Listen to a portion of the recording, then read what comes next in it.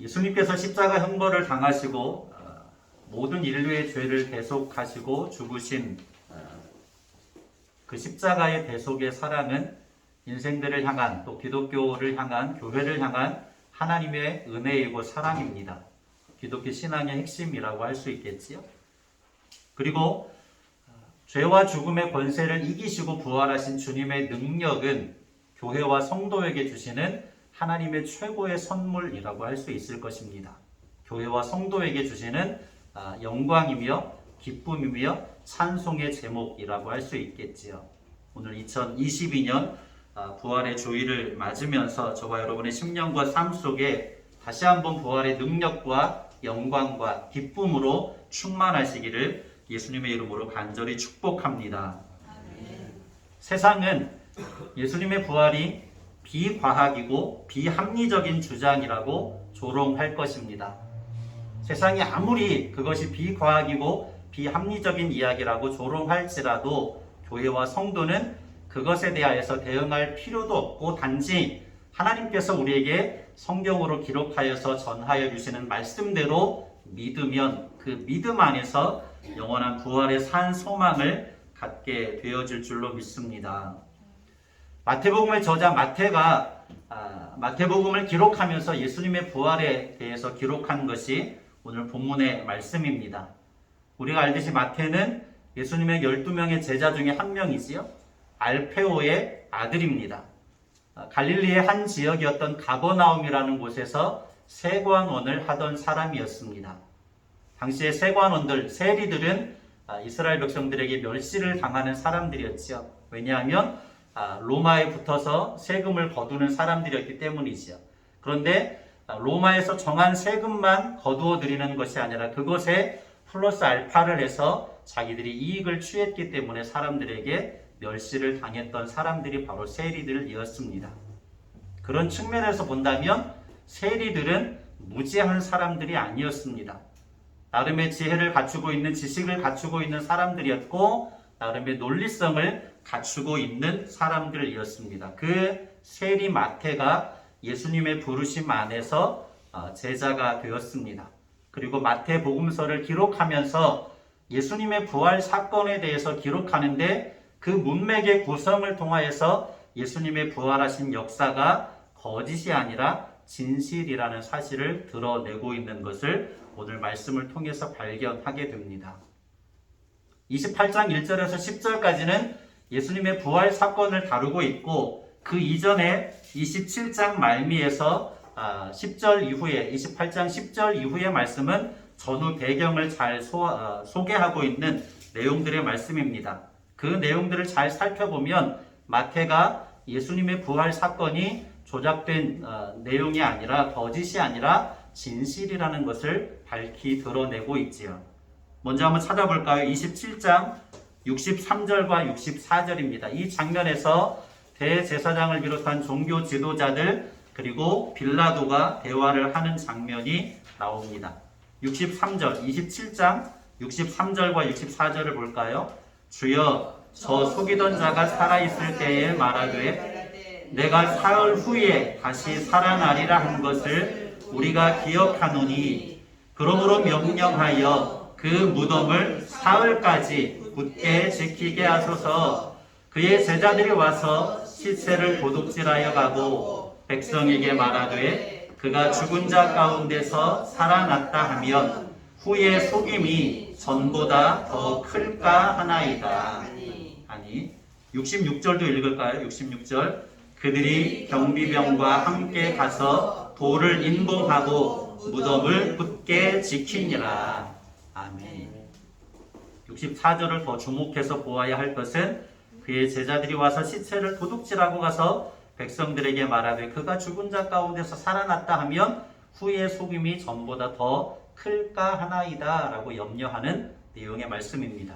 이 말씀은 마치 복선과도 같습니다. 그리고 예수님의 무덤을 지키는 것이 아주 철저하게 무방비했던 것이 아니라 철저하게 지켜지고 있었다는 사실을 여기에서 분명하게 세리 마태는 기록해 주고 있습니다. 그리고 나서 보면 28장 11절로 15절을 볼까요? 28장 11절로 15절은 예수님의 부활의 역사가 있고 난 이후에 되어진 사건을 담고 있죠. 12절, 13절, 28장 12절, 13절입니다. 그 안에 1절에서 10절까지 예수님의 부활의 역사가 담겨 있는 거죠. 12절, 13절입니다. 그들이 장로들과 함께 모여 의논하고 군인들에게 돈을 많이 주며 이르되 너희는 말하기를 그의 제자들이 밤에 와서 우리가 잘 때에 그를 도둑질하여 갔다 하라. 아멘. 13절에 무엇이라고 이야기하죠? 너희는 말하기를 그의 제자들이 밤에 와서 우리가 잘 때에 그를 도둑질하여 갔다 하라 라고 하는 간사한 계략을 꾸미고 있는 것을 보게 되죠. 그리고 15절을 볼까요? 15절 군인들이 돈을 받고 가르친 대로 하였으니 이 말이 오늘까지 유대인 가운데 두루 퍼지니라. 아멘. 아마 이때부터 가짜 뉴스가 있었던 것 같습니다. 가짜 뉴스가 마치 진짜인 것처럼 유대인들 가운데 두루 퍼지게 된 거죠. 27장 64절의 말씀과 28장 13절의 말씀의 내용을 자세히 보면 세리 마태가 무엇이 진실이고 무엇이 조작된 것인지를 분명히 드러내고자 하는 의도를 발견할 수 있습니다. 이미 종교 지도자들의 생각 속에는 간사한 계략이 들어있었고 자신들에게 위기가 닥치니 그 위기를 모면하기 위하여서 간사한 계략을 실제로 사용하고 있는 것이지요. 요즘에 언론 보도들을 보면 정말 헷갈릴 때가 많습니다. 무엇이 진실이고 무엇이 거짓인지 분별하기가 너무나도 어렵지요. 그리고 어느 순간부터는 무엇이 진실인지가 중요한 것이 아니라 그 이후에 여론의 향배가 어떻게 가느냐 그것이 더 중요한 그 이슈가 되어버리는 모습들을 보게 됩니다. 진실은 중요하지 않은 시대가 되어버렸죠. 어떤 때는 진짜가 가짜가 되고 가짜가 진짜가 되는 오늘날의 시대입니다.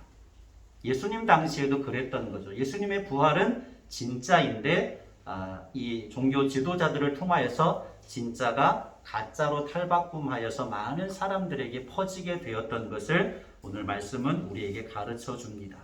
마태는 예수님의 부활 사건 전후에 이와 같은 사실들을 배치시켜서 예수님께서 부활하신 것은 제자들이 조작한 것이 아니라 분명한 사실이라는 것을 드러냅니다.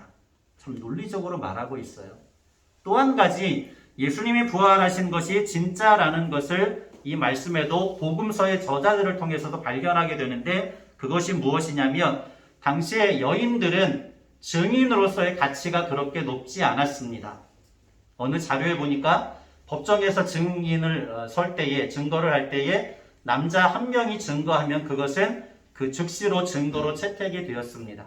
그런데 여자 한 명이 증거하면 증거로 채택되지를 않았습니다.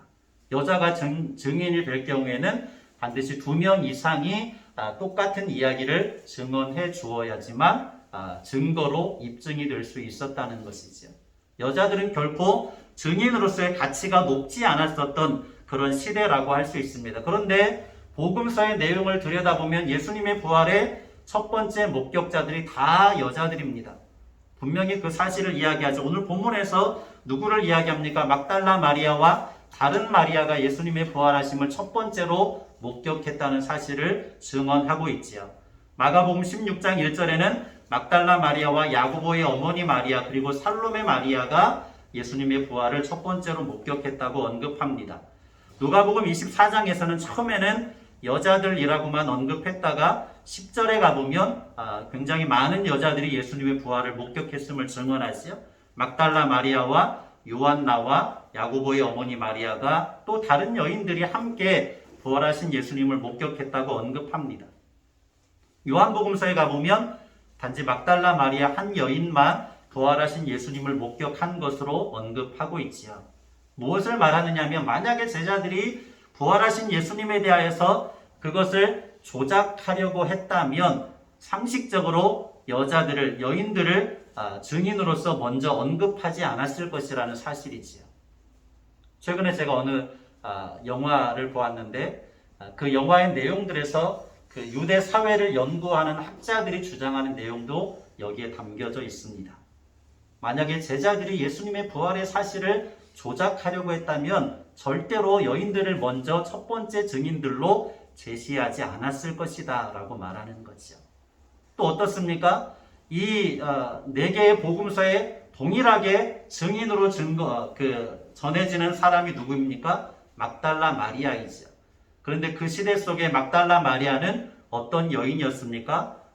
누가복음서에 가보면 7 귀신이 들렸던 여인이 막달라 마리아였습니다. 만약에 조작하려고 했다면 굳이 막달라 마리아와 같은 여인을 첫 번째 예수님의 부활을 목격한 증인으로 세우지 않았을 것이지요. 그런데 왜 이와 같은 사실을 가감없이 기록하고 있습니까? 그것이 사실이기 때문입니다. 조작하려고 한 것이 아니라 주어진 사실, 그들의 현재 속에서 주어진 사실을 있는 그대로 기록하려고 했기 때문에 여인들이 예수님의 부활을 처음 목격한 증인들이었다는 것을 가감없이 기록하고 있는 거죠. 사도 바울은 어떻게 고백합니까? 고린도전서 15장에서 성경대로 예수님이 부활하셨다라고 이야기하죠. 그리고 베드로에게 보이셨고 11 제자들에게 보이셨고 순간에 500여 제자들이 있는 그곳에서 부활하신 예수님을 보여주셨다라고 분명하게 기록하고 있습니다. 많은 부활의 증인들이 있었다라고 하는 것이지요. 예수님의 부활은 과학과 논리로 따져야 할 사건이 아닙니다. 단지 성경의 증언을 믿음으로 받아들이면 되는 것이지요. 그 부활의 능력과 영광을 믿음 안에 있는 저와 여러분들이 받아들이셔서 산 소망이 되고 저와 여러분의 신앙의 삶의 능력이 되고 권세가 되시기를 다시 한번 예수님의 이름으로 축복합니다. 그리할 때 마지막 주님이 다시 오시는 그 순간에 우리 육체가 썩을 육체로 심겨진 것이 신령한 몸으로 부활하는 영원한 생명을 누리게 될 줄로 반드시 믿습니다. 저번의 내용들 참고하시면서 두 가지를 이야기하려고 합니다. 오늘 본문 말씀에서 두드러지게 드러나는 한 가지 사실이 있습니다. 예수님의 부활을 사건은 앞서 다 이야기했습니다. 더 이상 논리적으로 그것을 이렇다 저렇다 따질 제목이 아니죠. 그런데 이 부활의 역사를 기록하는 내용 속에 아주 중요하게 부각되는 한 가지 사실이 있는데 그것이 무엇이냐면 7절 중반절에 나와 있는 너희보다 먼저 갈릴리로 가시나니 라고 전해주는 천사의 말입니다. 그리고 10절에도 무엇이라고 이야기합니까? 예수님께서 직접 막달라 마리아와 다른 마리아에게 나타나셔서 무엇이라고 이야기하시지요? 제자들에게 내 형제들에게 갈릴리로 가라 하라 라고 하는 명령을 주십니다. 왜 예수님께서는 제자들보다 먼저 갈릴리로 가시겠다라고 말씀하시고 계실까요? 그리고 제자들에게도 반드시 갈릴리로 가라, 그곳에서 나를 만나게 될 것이다 라고 말씀하시는 이유가 무엇이냐라고 하는 거죠. 예수님 당시에 갈릴리라고 하는 곳은 아주 시골 변방이었습니다. 여호수아가 정복전쟁을 펼치고 나서 어떤 지파에게 갈릴리 지역을 분배했을까요? 납달리 지파에게 갈릴리 지역을 분배했습니다. 이후에 납달리 지파가 그 지역에 살던 원주민들을 다 쫓아내야 하는데 다 쫓아내지를 못하죠. 그래서 그 지역에, 갈릴리 지역에는 아모리 지파의 사람들도, 아모리 족속의 사람들도 살고 있었고 히위 족속의 사람들도 살고 있었습니다. 가나안 원주민들이지요. 예루살렘에서 굉장히 멀지요. 북쪽 가장 끝부분에 자리한 것이 갈릴리 호수와 그 주변 지역들입니다. 예루살렘에서 멀다 보니 외세 침략을 많이 받았던 지역이 갈릴리 지역이었습니다. 그리고 이방인들이 굉장히 많이 드나들었던 곳이 갈릴리 지역이었고 원주민들과 함께 섞여서 살았던 지역이 갈릴리 지역입니다. 그러다 보니 이방인들과 유대인들이 함께 결혼을 해서 혼혈이라는 말이 좋지는 않지만 그 당시에 혼혈들이 많이 살고 있었던 지역이 갈릴리 지역입니다. 그래서 정통 유대인들은 갈릴리 사람들을 굉장히 비하했지요. 어디에서 알 수 있냐면 마태복음 4장 15절에는 이 갈릴리 지역을 이방의 갈릴리라고 지명을 하고 있습니다. 요한복음 1장에서 빌립과 나다나엘이 대화를 하는 장면에서 나다나엘이 이렇게 이야기하지요. 나사렛에서 무슨 선한 것이 날 수 있겠느냐라고 그 갈릴리 지역의 한 지명인 나사렛을 비하하고 있는 모습을 보게 되어지죠. 갈릴리 한 지명 중에 한 곳이었던 가버나움에 그 당시에 로마의 주둔군들이 있었습니다. 수많은 외부인들이 드나들고 있었던 그러한 지역이 갈릴리 지역이었죠. 예루살렘이 종교와 또 정치, 경제, 사회, 문화 모든 것들의 가장 중심이 되는 지역이었다고 하면 그에 반해서 갈릴리는 아주 시골 변방에 불과했다는 것이지요. 주류 사회에서 밀려난 사람들이 살고 있었던 지역이었습니다. 사람도 그렇게 많지 않았죠. 예수님 당시에는. 정통 유대인들은 갈릴리 사람들을 아주 무시했습니다. 그런데 알 수 있는 것은 예수님의 사역의 중심지가 어디였을까요? 예수님께서 공적 사역을 3년여 동안 하시게 되는데 공적 사역의 중심지는 갈릴리 주변 지역이었습니다. 예루살렘 지역에서 사역을 한 것은 불과 얼마 되지 않습니다. 마지막 일주일을 비롯해서 한 달 남짓 안쪽입니다. 그런데 나머지 모든 기간들은 다 갈릴리 주변 지역을 중심으로 공적 사역을 하셨던 것을 알 수 있습니다. 제자들을 부르신 것도 갈릴리 지역이지요. 우리가 알고 있는 갈릴리 지명들을 언급을 하면 이곳이 다 갈릴리 주변 지역이라는 사실을 알 수 있습니다. 어떤 지역들일까요? 갈릴리의 가나, 첫 번째 혼인잔치가 있었던 첫 번째 표적을 이루셨던 곳이 가나였죠. 오병이어의 기적을 이룬 곳이 어디입니까?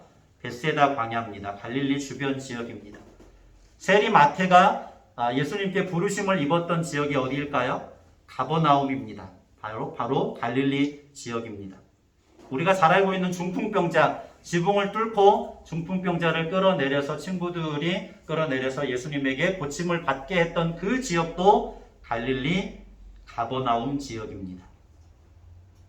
대부분의 예수님께서 이루신 역사들을 보면 갈릴리 주변 지역에서 이루셨다라고 하는 것을 발견할 수 있지요. 갈릴리 주변에 낮은 언덕과 같은 팔복산에서 마태복음 5장에 나오는 산상수훈을 가르치시기도 하셨습니다. 이런 모든 예수님의 사역의 중점적인 장소가 되었던 곳이 갈릴리 지역이죠. 베드로와 안드레, 야고보와 요한을 부르신 것도 갈릴리 해변이었습니다. 다시 질문으로 되돌아오면 왜 예수님께서는 부활하신 후에 제자들보다 먼저 갈릴리로 가신다라고 말씀하셨을까요?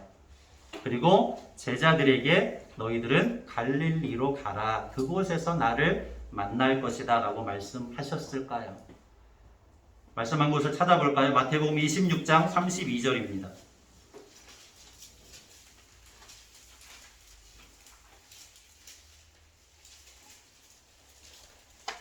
마태복음 26장 32절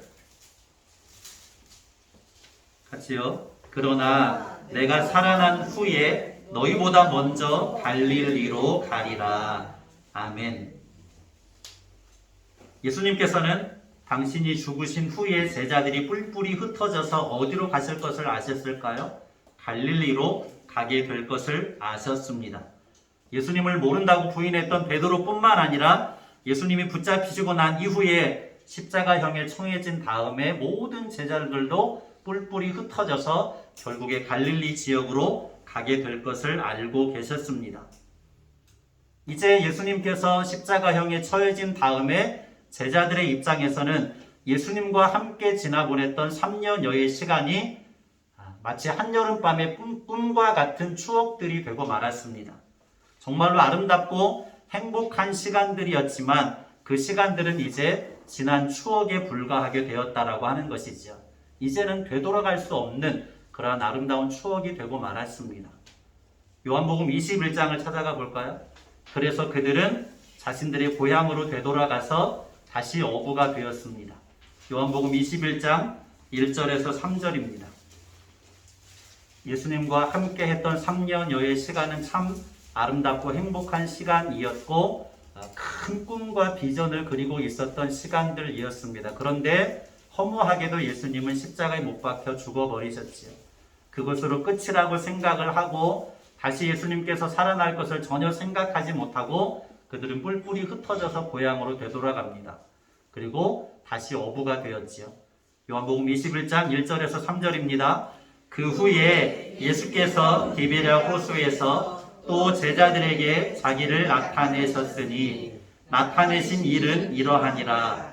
시몬 베드로와 디두모라 하는 도마와 갈릴리 가나 사람 나다나엘과 세베대의 아들들과 또 다른 제자 둘이 함께 있더니 시몬 베드로가 나는 물고기 잡으러 가노라 하니 그들이 우리도 함께 가겠다 하고 나가서 배에 올랐으나 그날 밤에 아무것도 잡지 못하였더니. 아멘. 무엇을 알 수 있어요? 제자들은 다시 갈릴리로 돌아왔습니다. 다시 어부가 되었습니다. 사람을 낚는 어부가 되게 하시겠다는 그 예수님의 부르심은 이제는 과거의 일이 되어버렸습니다. 그런 제자들에게 누가 나타나셨어요? 부활하신 예수님께서 나타나셨습니다. 그리고 요한복음에 보면 21장에 특별히 베드로를 부르셔서 베드로에게 소명을 주시지요. 내 양을 먹이라, 내 양을 치라, 내 양을 먹이라 라고 베드로를 소명하시는 장면을 볼 수 있습니다. 단지 베드로 한 사람에게 소명하시는 것으로 언급하고 있지만 베드로 한 사람에게 주어진 소명이 아니라 12명의 제자들에게, 11제자들에게 동일하게 예수님께서 부여하시는 소명이라고 할 수 있습니다. 사람을 낚는 어부가 되라는 것이 단지 과거의 기억 속에 아름다운 추억으로 간직될 것이 아니라 지금 현재 이제부터 다시 시작해서 일해야 될 주님의 부르심이라고 하는 사실을 가르쳐 주신 것이지요. 우리가 마지막에 보게 될 마태복음 28장 말미에 보게 되어지면 16절 이하에 보게 되어지면 갈릴리에서 다시 한번 예수님께서 제자들에게 너희로 하여금 내가 사람을 낚는 어부가 되게 하겠다라고 하는 소명을 부여하시는 것을 발견하게 됩니다. 갈릴리로 가서 그들에게 다시금 떠올리게 하시는 것이 무엇이냐면 한여름밤의 추억이 아니었다. 이제부터 너희가 나를 대신하여서 복음을 전파하고 하나님 나라를 세워가는 그 일들을 해야 되는 것이다 라고 하는 그 소명을 다시금 부여하시기 위하여서 갈릴리로 가라고 하시는 것을 보게 되지요. 두 번째 단락으로 이어집니다. 이제부터가 진짜 시작이다는 사실을 제자들에게 다시금 확신시키고 있습니다. 예수님의 3년 공적 사역의 핵심은 무엇이었냐면 12명의 제자들을 가르치시고 훈련하시는 것이 가장 중요한 핵심이었습니다. 당신이 십자가 사역을 감당하시고 승천하셔서 떠나가신 후에 남겨진 제자들로 하여금 당신의 사역을 계속해서 이어갈 수 있도록 하시기 위하여서 3년 동안 제자들을 가르치시고 훈련하신 것이지요. 주는 그리스도시요 살아계신 하나님의 아들이십니다 라고 베드로의 신앙 고백을 예수님께서 들으시고 무엇이라고 말씀하십니까? 너의 신앙 고백 위에 내 교회를 세우시겠다라고 선언하십니다. 그것이 어떤 의미가 있다는 사실을 말씀드렸습니까? 이제는 더 이상 예루살렘 성전과 그곳의 주인이 된 종교 지도자들, 혈통적인 이스라엘 민족들이 아니라 이방인들의 집합소와 같은 갈릴리의 제자들, 그들을 통하여서 세워지게 될 교회를 통하여서 이제는 복음이 전파되게 하시고 잃어버린 영혼들을 찾아 구원할 것이고 하나님 나라를 세워갈 것이라는 사실을 선언하시는 것이었습니다. 제자들을 다시금 갈릴리로 부르셔서 사람을 낚는 어부가 되게 하겠다라고 하는 것을, 그 소명을 다시 부여하신 것은 이제 더 이상 유대 민족을 통한 복음의 역사가 아니라 제자들을 통하여서 세워지게 될 교회를 통한 복음의 역사를 이루실 것을 분명하게 선언하시는 주님의 뜻이 그 안에 담겨 있는 것이지요. 사도행전 10장 37절을 찾아가 봅니다. 사도행전 10장 37절.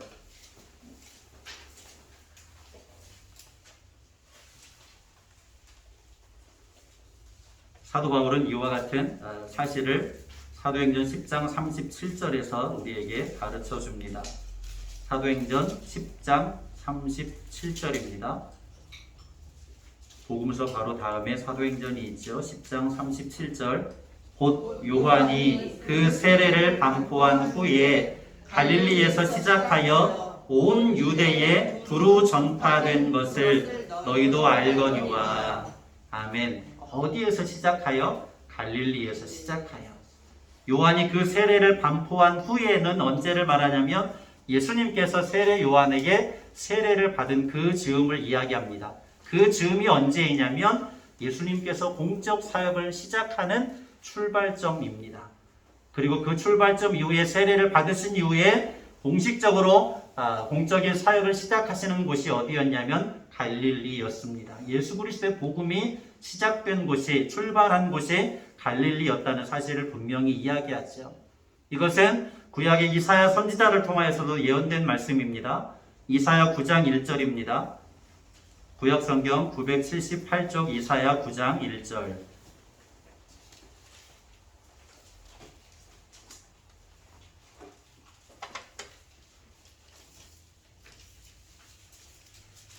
구약 성경 978쪽 이사야서 9장 1절입니다. 이사야 9장 1절 978쪽 같이요. 전에 고통받던 자들에게는 흑암이 없으리로다. 옛적에는 여호와께서 스불론 땅과 납달리 땅이 멸시를 당하게 하셨더니 후에는 해변길과 요단 저쪽 이방의 갈릴리를 영화롭게 하셨느니라. 아멘. 이방의 갈릴리, 스불론과 납달리 지파가 배분받았던 갈릴리 그 지역을 예전에는 흑암의 지역이었지만 고통받던 자들이었지만 그곳을 영화롭게 하실 것이다 라고 말씀하죠. 그곳을 통하여서 주의 복음의 역사가 이루어지게 될 것을, 예수 그리스도의 복음이 시작될 것을 말씀하십니다. 그리고 갈릴리 지역은 더 이상 흑암의 지역이 아니라 이방의 갈릴리가 아니라 세계 열방을 향하여서 복음이 전파되어지는 가장 중요한 출발점, 그 장소, 중심지가 되고 있다는 것을 보게 되지요. 다시 본문 말씀으로 돌아와서 28장 16절로 20절입니다.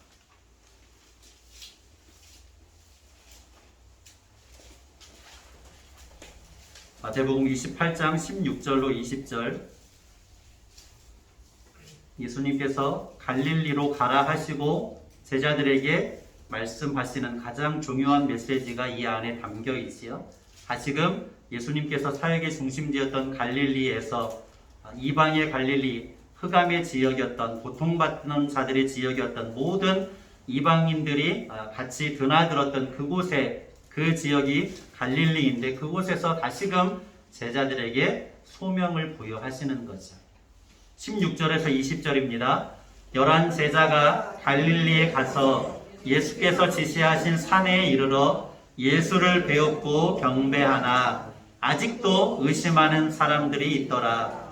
예수께서 나와 말씀하여 이르시되 하늘과 땅의 모든 권세를 내게 주셨으니 그러므로 너희는 가서 모든 민족을 제자로 삼아 아버지와 아들과 성령의 이름으로 세례를 베풀고 내가 너희에게 분부한 모든 것을 가르쳐 지키게 하라. 볼지어다 내가 세상 끝날까지 너희와 항상 함께 있으리라 하시니라. 아멘. 16절에 무엇이라고 이야기합니까? 11 제자가 어디에 가서? 갈릴리에 가서 예수께서 지시하신 산에 이르러 그곳에서 다시 한번 사람을 낚는 어부로서의 소명을 부여받는 것을 보게 됩니다. 이방의 갈릴리였던 곳에서 하나님께서는 이제 더 이상 유대 민족, 이스라엘 민족, 혈통적인 이스라엘 민족을 통한 구원이 아니라 성전과 제사 제도를 통한 구원이 아니라 예수님을 통하여서 제자들을 통하여서 세워지게 될 교회를 통하여서 복음의 역사를 이루어 나아가실 것을 분명하게 선언하시기 위하여서 갈릴리로 제자들을 가게 하시지요. 예루살렘이 아닙니다. 이제는 이방의 갈릴리에서 성전이 아니라 교회를 통하여서 하나님께서 복음의 역사를, 구원의 역사를 이루어 나아가실 것을 다시 한번 명확하게 보여주시는 것을 오늘 말씀을 통하여서 갈릴리로 가라라고 명하시는 주님의 말씀을 통하여서 우리는 확인할 수 있습니다. 사도행전 1장 11절을 한 번 더 찾아서 나누고 정리하겠습니다. 사도행전 1장 11절입니다.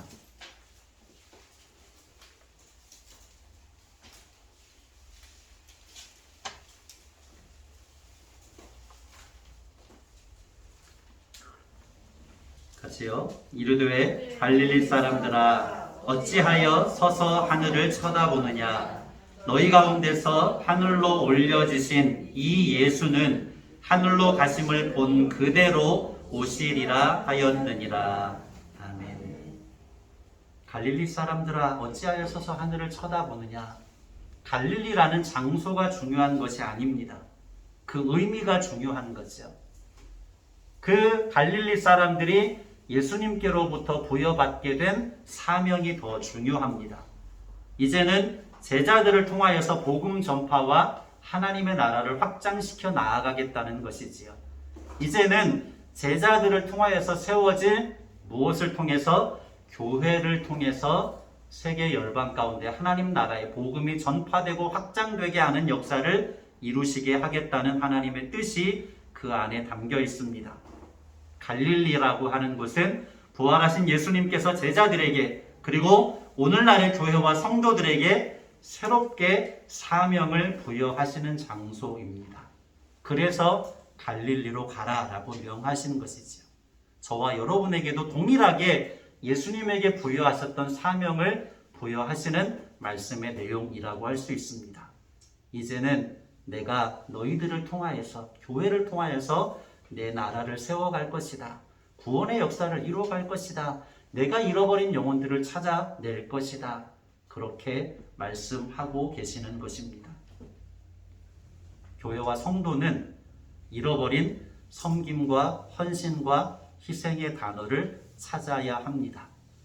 신앙생활을 한다는 것은 단지 레포츠처럼 내가 위로함을 얻고 힐링을 받기 위하여서 교회 와서 예배 드리는 것이 아닙니다. 교회와 성도는 신앙생활은 능동적이고 적극적으로 예수님의 증인이 되는 삶을 사는 것을 이야기합니다. 하나님의 말씀을 살아내는 삶을 사는 것을 이야기합니다. 우리 목요한교회 공동체가 우리를 부르시고 우리에게 다시금 사명을 부여하시는 갈릴리로 가라고 명하시는 주님의 그 뜻을 온전히 깨달아서 삶의 현장 속에서 주님의 증인이 되고 하나님의 말씀을 살아내는 그 안에서 부활의 능력과 영광과 기쁨으로 충만할 수 있는 믿음의 사람들이 되시기를 예수님의 이름으로 간절히 축원합니다. 고마우신 아버지 하나님 감사합니다. 부활하신 주님의 역사는 조작된 것이 아니라 있는 그대로의 사실임을 다시 한번 깨닫습니다. 우리 목요한교회 모든 권속들이 믿음으로 받아들여서 부활의 능력과 영광과 기쁨으로 충만하게 하여 주시옵소서. 부활하신 주님께서 제자들에게 갈릴리로 가라 하셨던 그 뜻을 깨달을 수 있게 하여 주시기를 원합니다. 제자들에게 다시 한번 사람을 낚는 어부로서의 사명을 부여하시는 뜻이 그 안에 있었습니다. 이제 더 이상 이스라엘 민족이라는 혈통이 아니라 성전이 아니라 제사 제도가 아니라 예수 그리스도의 복음을 통하여서 제자들을 통하여서 세워지게 될 교회를 통하여서 하나님 나라를 이루어가게 하시겠다는 아버지 하나님의 뜻을 선포하시고 제자들에게 부여하시기 위하여서였음을 깨닫습니다. 제자들이 받은 그 사명은 오늘날의 교회와 성도들에게도 동일하게 주어진 것임을 깨닫게 하시고 우리의 신앙생활이 우리의 예배생활이 위로받고 힐링을 얻기 위한 그러한 소극적인 신앙의 삶이 아니라 능동적이고 적극적이 되어서 예수 그리스도의 증인이 되는 삶, 하나님의 말씀에 분명한 원칙과 기준을 가지고 말씀을 살아내는 주님의 제자의 삶이 되게 하여 주시옵소서. 간절한 마음으로 축복하며 예수 그리스도의 이름으로 기도드립니다. 아멘.